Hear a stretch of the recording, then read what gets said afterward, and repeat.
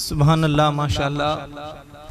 دوران نعت حضرت علامہ مولانا جناب محمد صدیق سعیدی صاحب تشریف فرما ہوئے، میں انہیں خوش آمدید بھی کہتا ہوں اور ملتمس ہوں کہ آپ سٹیج پر رونق افروز ہوں۔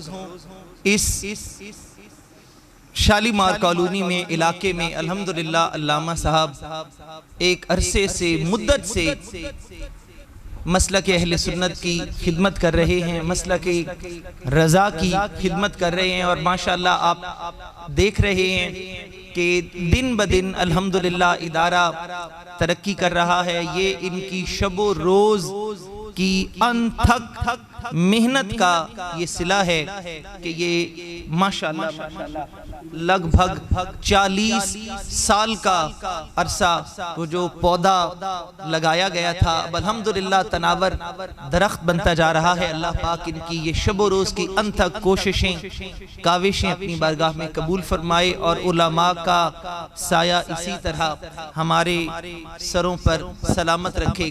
ہر دور میں اللہ رب العزت اولیاء کو، صلحاء کو، اپنے بندوں کو ایسے ہی بھیجتا ہے۔ اعلیٰ حضرت بھی جس دور میں اعلیٰ حضرت کو اللہ رب العزت نے اس خطے میں بھیجا، لوگوں کے ذہنوں میں عجیب عجیب باتیں، عجیب عجیب شکوک و شبہات پیدا کرنے کی کوشش کی جا رہی تھی۔ کسی شاعر نے کیا خوب ترجمانی کی، اس نے کہا کہ شرک تھا جب ناز کرنا احمد مختار پر، کہ وہ ایک دور آ گیا تھا کہ جب رسول اللہ کی تعظیم کرنا، ان کی عزت کرنا، احترام کرنا، توقیر کی باتیں کرنا، اس کو بھی لوگ شرک کہنے لگ گئے تھے۔ اور پھر اس خطے میں اللہ رب العزت نے احمد رضا کو بھیج دیا، پھر اعلیٰ حضرت نے کتابیں بھی لکھی، اور اللہ والوں کی یہ شان ہوتی ہے کہ ساری باتیں ملا کر پھر وہ نسخے بنا کر، میں کہتا ہوں نسخے بنا کے، تعویذ بنا کے، پھر وہ گھول کے پلاتے ہیں۔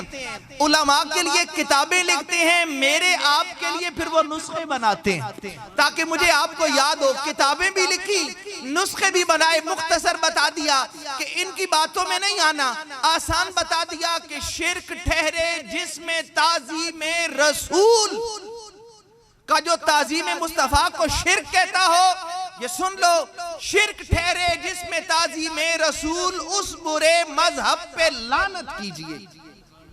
یہ اعلیٰ حضرت نے سکھایا۔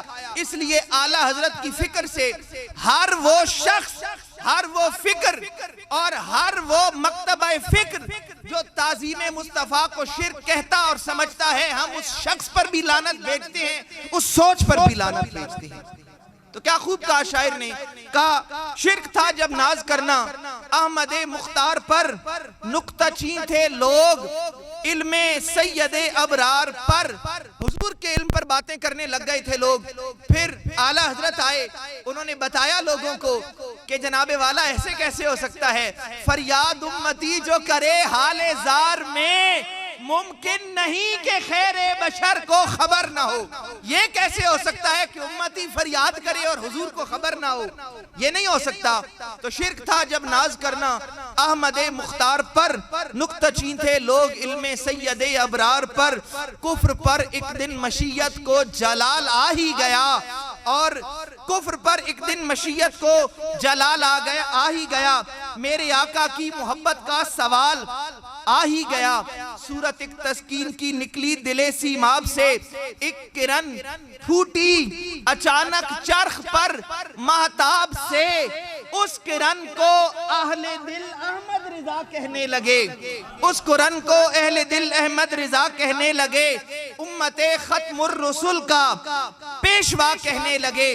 اس کرن نے راہ ایمان کو منور کر دیا، پھول تو ہیں پھول خاروں کو گلے تر کر دیا، اے امام قوم امت کے نگہباں زندہ باد، اے امام قوم امت کے نگہباں زندہ باد، زندہ باد ہے مفتی احمد رضا خان زندہ باد۔